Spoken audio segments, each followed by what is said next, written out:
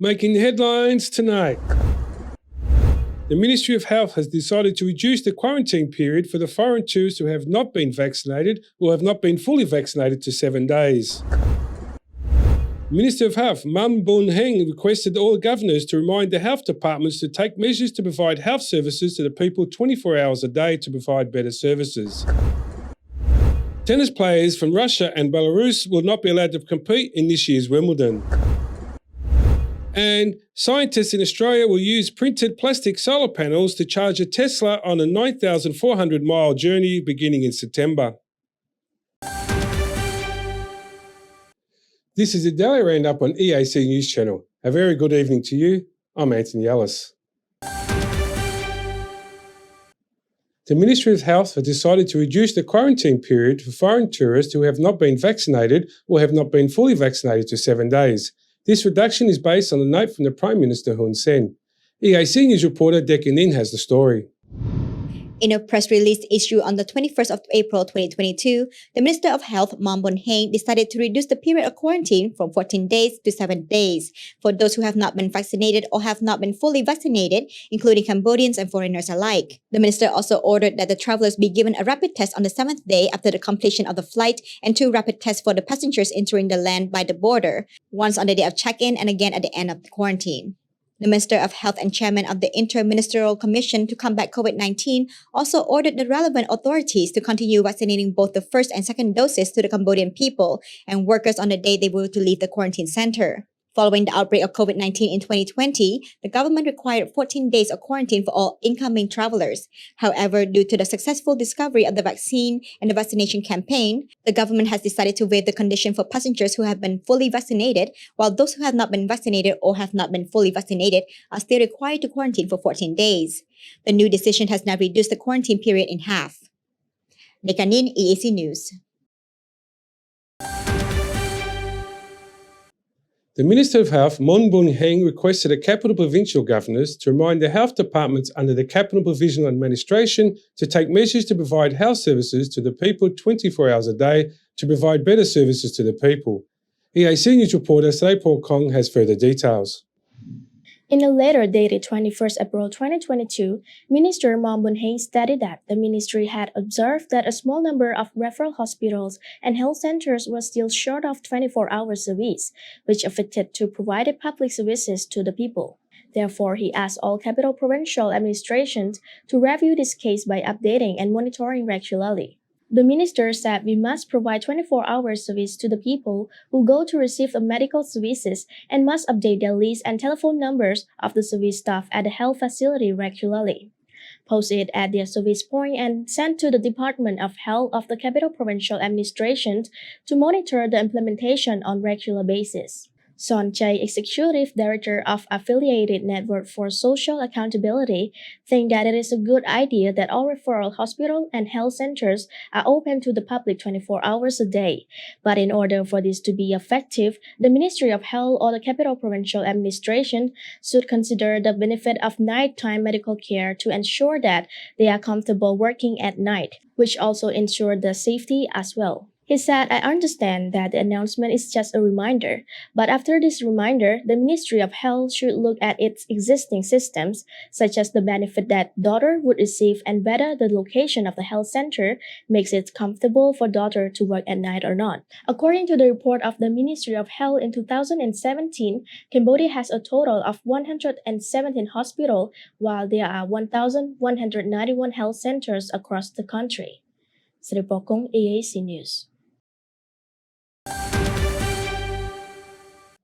The Ministry of Labour and Vocational Training has reminded all factory owners to cooperate urgently with local authorities of the capital provinces and the Department of Labour and Vocational Training of the capital and the provinces to prepare booster vaccine to encourage workers in factories. EAC News reporter Deccan Nin has more. In a statement issued on the 20th of April 2022, the Minister of Labour, Sam Heng, stated that the vaccination arrangement at all factories is to continue to fight and prevent the spread of the new mutant Omicron variant, especially in enterprise factories.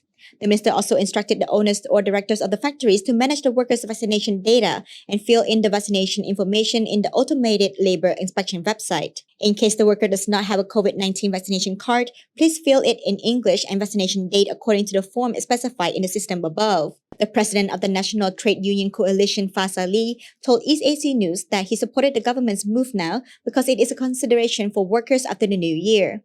He said, "It's the best thing after this new year. We are also concerned about the spread of COVID-19. We see that the royal government has recently issued instructions to vaccinate in factories to build a stronger community immune system in a timely manner. This is a good preventive measures with vaccines received from friendly countries." On the 21st of April 2022, Prime Minister Hun Sen ordered the Minister of Labour Sam Heng to work with the relevant authorities to establish a factory vaccination campaign to strengthen the community immune system. He asked Minister Sam Heng to organize a vaccination campaign at the factory, allowing workers to take a day off during the vaccination. He said, "His Excellency Sam Heng must do this job well, cooperate with factories to do this job well, inject our workers to get good protection, which can avoid the risk of infection." Nekanin, EAC News. The Ministry of Public Works has told ministries, state institutions, administrations, capitals, provinces, municipalities and districts to prepare May salaries in their official before the end of April 2022. The announcement made by the Ministry of Public Works comes after Prime Minister Hun Sen issued an order on the morning of 20th of April. EAC News reporter Srepo Kong has further details. In the announcement dated April 20, just hours after the order from Prime Minister Hun Sen, the Minister of Public Works informed all ministry, national and subnational institutions to prepare to pay the first salary for May 2022 before the end of April and the second time in the third week of May 2022 to its civil servants. For the payment of salary in June 2022 follow the procedure set by law. The early payment of salary for civil servants came after Prime Minister Hun Sen yesterday ordered the Ministry of Economy to look into the possibility as he felt that civil servants had spent too much on Khmer New Year Eve, which just passed last week. Prime Minister Hun Sen said, "I would like to remind the Ministry of Economy and Finance that it may be necessary to open the salary for civil servants after emphasis a little earlier. Because why? Because the salary before the new year, they had spent it all. So open the salary a little earlier, it's okay." After suspending the Khmer New Year twice in 2020 and 2021 due to the COVID-19 crisis, the royal government of Cambodia has decided to re-celebrate the traditional Khmer New Year in 2022, with about 5.1 million people visiting.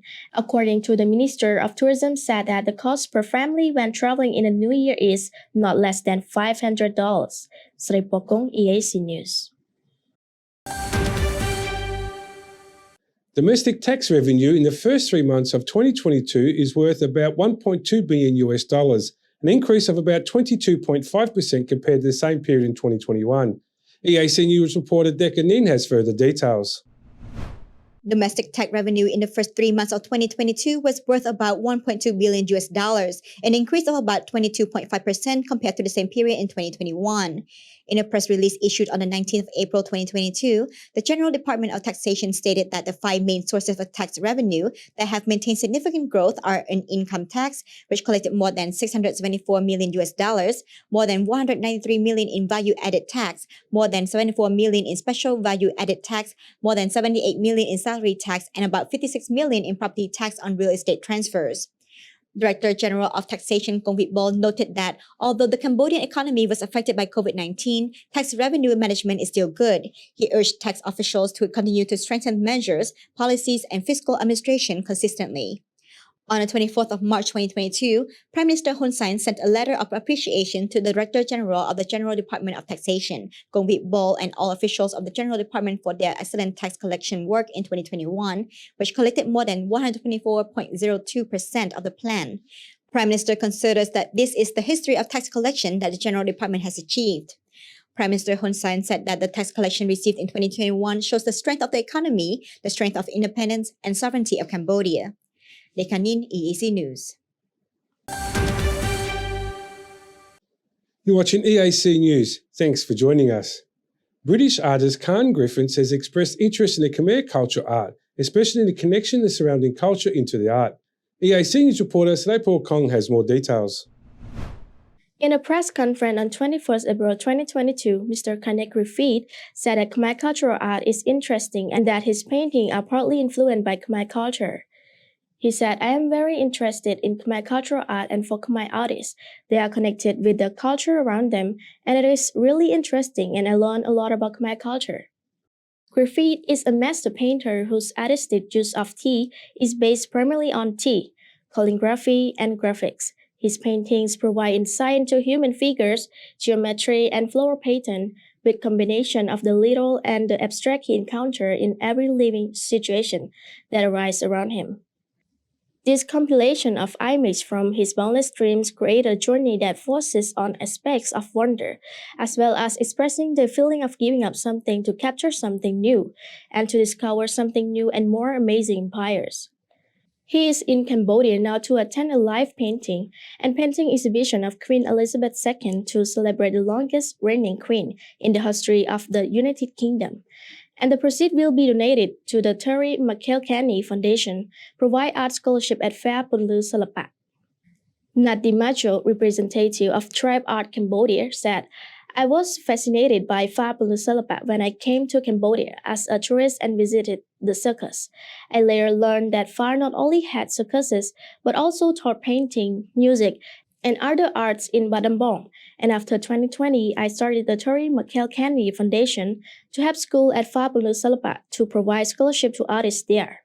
In 2019, Khmer Griffith also visited Cambodia, presenting a painting by Princess Norodom Devi with a fancy design that embodied wonderful meaning. This painting was on display in the 5-star luxury hotel Park Hyatt Siem Reap.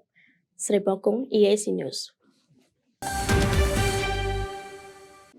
Cambodia has reported 29 new COVID-19 cases. This includes 7 imported cases. There have been 26 patient recoveries and no new deaths. The Kingdom has now recorded 15,705 cases of Omicron, 1,362 imported, and 14,343 community cases. Cambodia COVID-19 case tally is now climbed up to 136,146. The death toll now stands at 3,056. The number of patients treated successfully since the pandemic reached Cambodia is 132,851, and the tally for imported climbs up to 21,219. Healthcare workers are currently treated a total of 162 patients.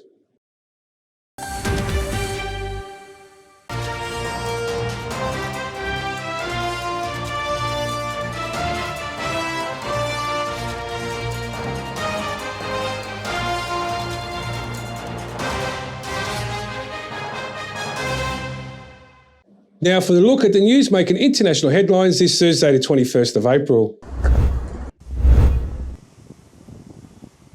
Nicaragua's parliament, controlled by allies of President Daniel Ortega on Wednesday, April 20th, shut down 25 non-governmental organizations in a move slammed by the opposition as a further attack on civil society. The organizations, many of which have publicly criticized the government, were closed by Congress with 74 votes in favor and 15 abstentions. Lawmakers argued the NGOs have violated Nicaraguan laws and failed to disclose financial accounts. Most NGOs work on human rights issues and carry out social and cultural work. Authorities of the Central American country have shut down 163 NGOs since mass protests against Ortega's government in 2018 sparked a political crisis. Nicaragua's Congress have also moved in recent months to curb the independence of universities. Ortega, one of the leaders of the Sandinista rebellion that toppled former dictator Anastasio Somoza in 1979, was sworn into office for his 4th consecutive term as president in January, 2 months after winning an election dismissed by the United States and other Western nations as fraudulent. The assets of these groups will pass into the hands of the state according to the legislative decision, as has happened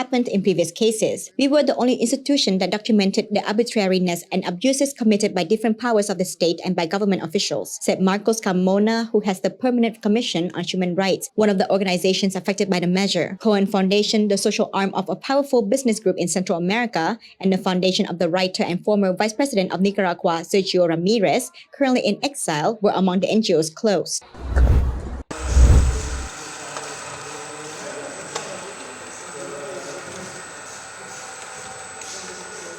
Czech company ICE will provide 3D concrete printers to make barriers for Ukrainian army fighting Russia's aggression and to build homes after war is over, the firm said. Thousands of homes have been destroyed by Russia's shelling and rockets in the war, forcing millions to seek shelter elsewhere in Ukraine and flee abroad. ICE will first send Ukraine dozens of barriers and later also up to 20 to 3D printers so they can work on site and to be ready for the construction of the new homes after the war. Chief Executive Thomas Vanrak told Reuters. The barrier and printed of layers of concrete to shapes to give more effective cover against light weapons and grenades, Vanrak said. The barriers were tested in a ballistic laboratory, he said. When the war is over, the printers will switch to building homes. However, the reconstruction work might be some way off. Russia has failed to capture any of Ukraine's latest cities in its nearly 8-week-long invasion, but poured troops back in for assault for the east began this week.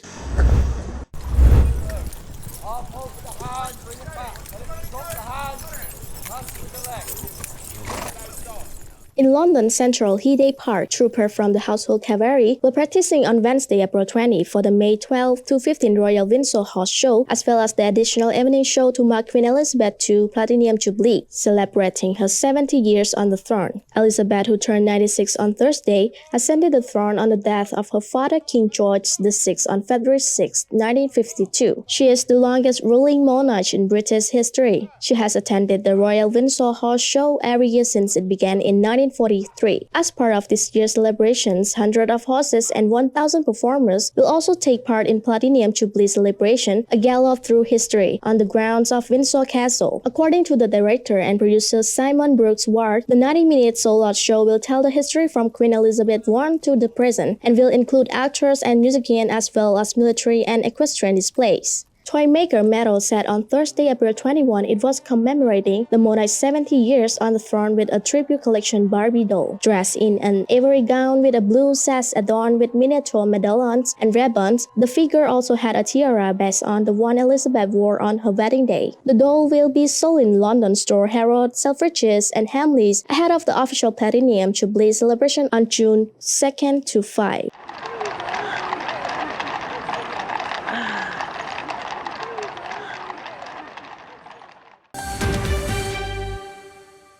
Russia said on Wednesday, the 20th of April, it had test launched its Sama intercontinental ballistic missile, a new addition to the nuclear arsenal which President Vladimir Putin said it would give Moscow's enemies something to think about.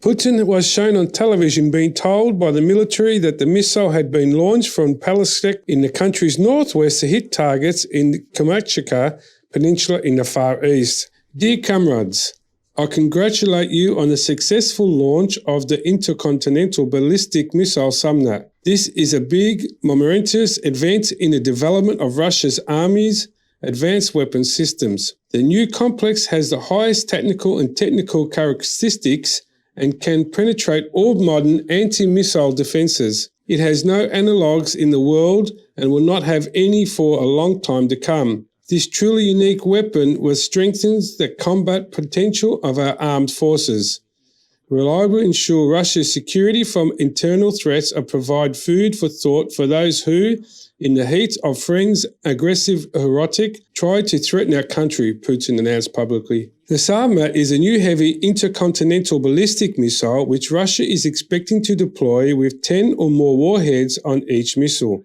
according to the US Congressional Research Service. It's been under development for years, and so its test launch is not a surprise for the West, but it comes at a moment the extreme geopolitical tension due Russia's war in Ukraine.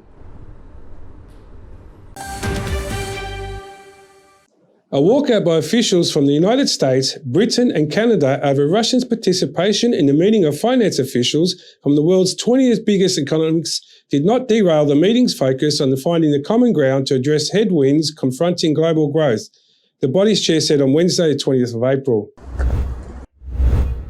The top finance official walked out of the G20 meeting as Russian representatives spoke, exposing the pending division over Russia continued present in the body. Ukrainian official in Washington seeking billions of dollars of additional funding also walked out of the meeting, a source familiar with the meeting said.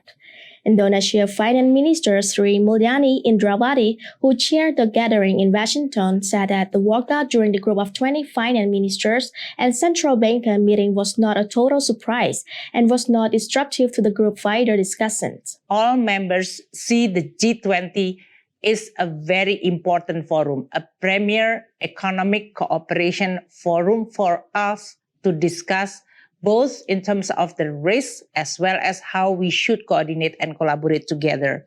I think that is something which is really very strongly expressed during the meeting. So I'm confident that this will not erode the cooperation as well as the role of the G20 forum. This is an extraordinary situation. It's not business as usual, a very dynamic and challenging one. So for Indonesia, since we hosted the first finance minister and central bank governor meeting back in February in Jakarta, the development of the global environment is actually deteriorated and changed very fast. Due to the first pandemic, which is not yet over, the second one is the Russia war in Ukraine. Members expressed deep concerns about humanitarian crisis, economic and financial impact of the war, and called for the end of the war as soon as possible. Many members condemned the war as unprovoked and unjustifiable, and a violation of international law. Members share the view that the war and the associated action have and will continue to hinder the global economic recovery process, raising particular concern about food security and energy prices. The G20 include Western countries that has accused Moscow of war crime in Ukraine, as well as China, India, Indonesia, and South Africa, which have not joined Western-led sanctions against Russia over the conflict. Indrawati said many countries spoke out against the war at the meeting, although she did not identify them. Over 5 million Ukrainians have fled abroad since Russia invaded on February 24, the biggest attack on a European state since 1945. The United States accuses Russia of committing war crimes in what Moscow called a special military operation. Russia denies the allegations. Let's have a look at today's finance. The CSX index is currently 528.97 points, down 0.5 points or 0.08%. The daily exchange rate is at 4,045 Khmer to the US dollar. Now let's have a look what else is happening in finance around the world. The growth of China's government fiscal revenue slowed in March compared to the first 2 months of the year. Finance Ministry data showed that on Wednesday, further weighing on the flagging recovery already weakened by the COVID flare-ups. Last month's government fiscal revenue rose 3.42% year-on-to-year to 1.5834 trillion yuan, 91.03 billion US, slowing from 10.5% growth in January-February according to calculations based on official data. The country's fiscal spreading growth accelerated to 10.4% year-on-year to 2.56 trillion yen in March, after 7% growth in January-February. For the entire quarter, fiscal revenue rose 8.6% while spending was up 0.3%. For March, land sales revenues fell 22.84% from the year earlier to 403.6 billion yen, after not 29.5% plunge in the first 2 months as a cash-strapped developers grew cautious about the land purchases. Oil prices traded higher but in a narrow range on Thursday, after being rocked early in the week by supply losses from Libya and worrying outlook for demand of International Monetary Fund cut in its global growth forecasts. Brent crude futures rose 55 cents or 0.5% to $107.35 a barrel at 11:15, recouping losses from the previous session. US West Texas Intermediate crude futures gained 41 cents or 0.4% to $102.60 a barrel, adding a 19-cent gain in its previous sessions. Analysts said marketing volatility is likely to pick up again soon, with the European Union still weighing on a ban of Russian oil for its invasion of Ukraine. Libya, a member of the OPEC, on Wednesday said that the country was losing more than 550,000 barrels per day of oil output due to blockades and major fields and export terminals. US stocks ended in a mixed territory on Wednesday as the tech-heavy Nasdaq was dragged down by the bleak Netflix earnings, with Netflix further losses, while bond yields dipped after the recent strong run. The Dow Jones Industry Average ended higher for the second straight day. The SP 500 was flat and the Nasdaq Composite fell sharply after Netflix reported it had lost subscribers for the first time in over a decade, casting gloom over the tech sector. The Dow ended up 0.71%, while the SP fell 0.6% and the Nasdaq dropped 1.22%. Investors got a fresh glimpse into the Federal Reserve's economy outlook on Wednesday, when the issue is beige book and economic conditions from the late February to April. The central bank reported the economy expanded at a moderate pace during that time, through businesses reported issues with high inflations and worker shortages. Mainland China and Hong Kong stocks fell on Thursday, hurt by worries about the Chinese economy, but an overnight tumble in longer-dated US Treasury yields lent support to other benchmark indexes. A 0.78% drop for Hong Kong and a 0.36% decline for blue chips in mainland China pulled MSCI's broadcast index Asia-Pacific shares outside Japan 0.22% lower.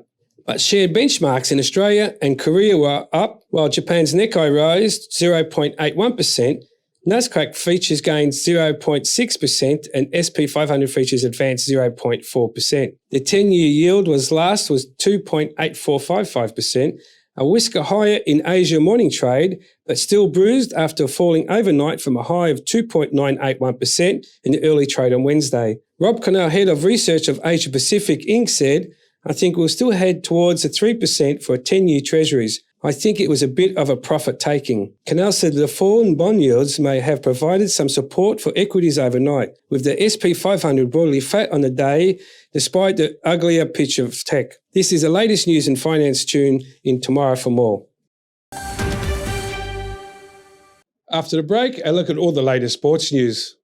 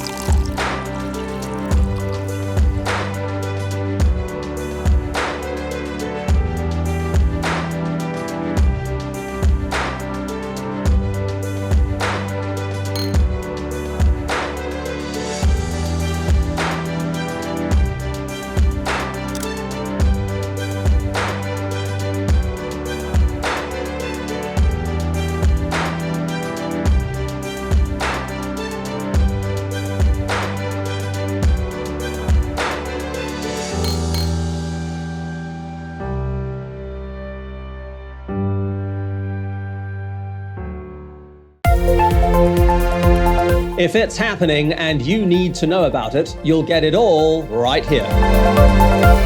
EAC News brings you updates and breaking news in English across all of our platforms and channels. The EAC News app, YouTube, Facebook, Telegram, Twitter, and our website www.eacnews.asia. Join me and the rest of the EAC News team every day on your favorite channels.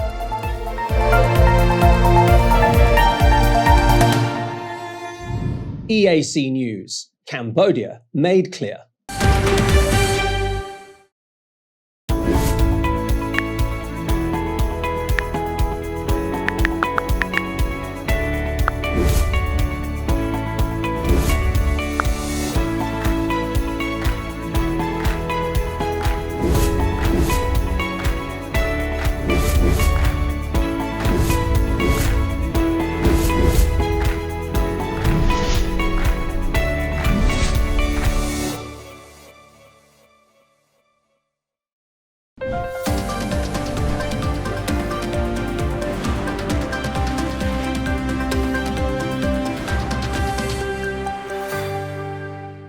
The shirt worn by Diego Maradona when he scored the iconic Hand of God goal, it fetches millions of pounds when it was sold at auction next month. A bid for $4 million has already been received in an online auction which started on Wednesday 20th of April and will run to the 4th of May. London Sotheby's has rejected claims by the Argentini's family that the shirt wasn't the one Maradona was wearing when he scored the famous goals when England in 1986 in the World Cup. Maradona's wore number 10 jersey in the quarter-final in Mexico, putting Argentina ahead by punching the ball into the net early in the second half, a goal that became known as the hand of God. Just 4 minutes later, he dribbled from his own half score and sublined second the regularly tops polls as the greatest goal in the World Cup history. England's midfielder Steve Hodge got Maradona's jersey after the game and recently announced he was putting up for auction after 19 years of display at England's National Football Museum. However, the sale was complicated by claims from Maradona's family that the wrong shirt was going under the hammer. "It's not the shirt my dad wore in the second half," Delama Maradona said on Metro Radio in Argentina. "I know for sure that he doesn't have it, and I know who does. I don't want to say who has it because it's mad." But Braham Watcher, Sotheby's head of streetwear and modern collectibles, told Reuters the authenticity of the shirt has been verified using photo matching. "We undertook a process called photo matching, which is when you look at the shirt in really microscopic detail, even examining individual threads and groups of fabric and comparing it against photos of the game to the shirt that we have in our possession, and we were able to find conclusive photo matching through the firm outside the company and that we hired to do it," he said. Sotheby's also pointed to Maradona's words from his autobiography, Touched by God, where he talked about handing the shirt he was wearing to the end of the match to Hodge. The company also said the shirt had been in the National Football Museum for nearly 2 decades and there had never been a claim that it was not the Maradona who wore the scoring the goals. Since he died in a cardiac arrest in November 2020, Maradona's family has been involved in a series of scandals and court battles related to his legacy. The former Napoli and Boca Juniors striker, who was 60 when he died, is widely regarded as one of the greatest footballers of all time and is a hero to millions of people around the world, and particularly Argentina.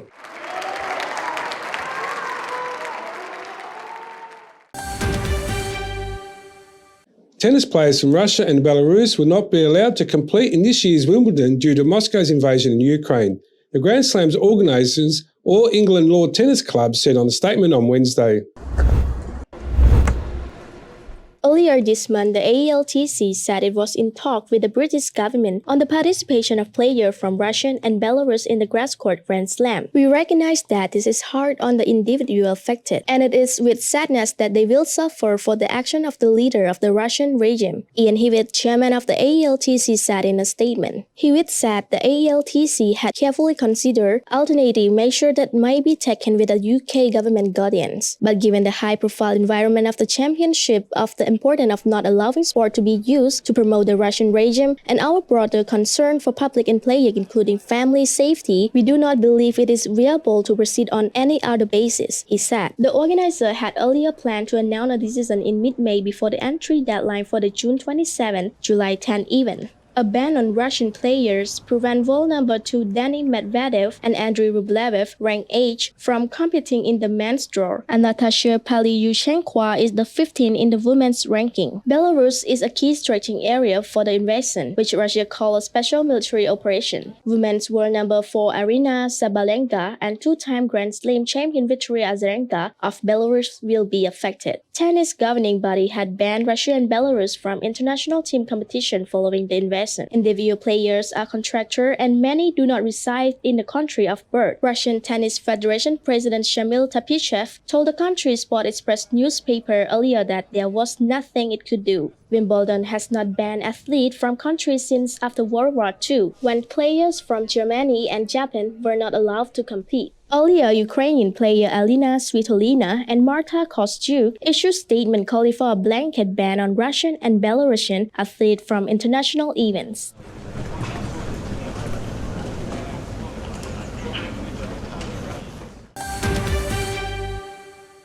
Now let's have a look at the weather and what you can expect for tomorrow.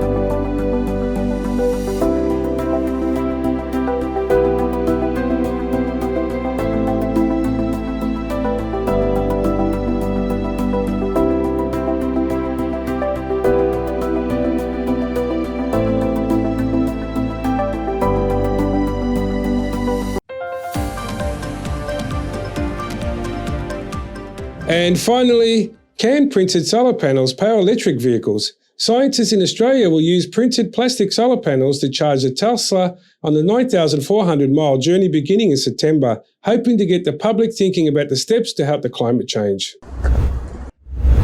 Can printed solar panels power electric vehicles?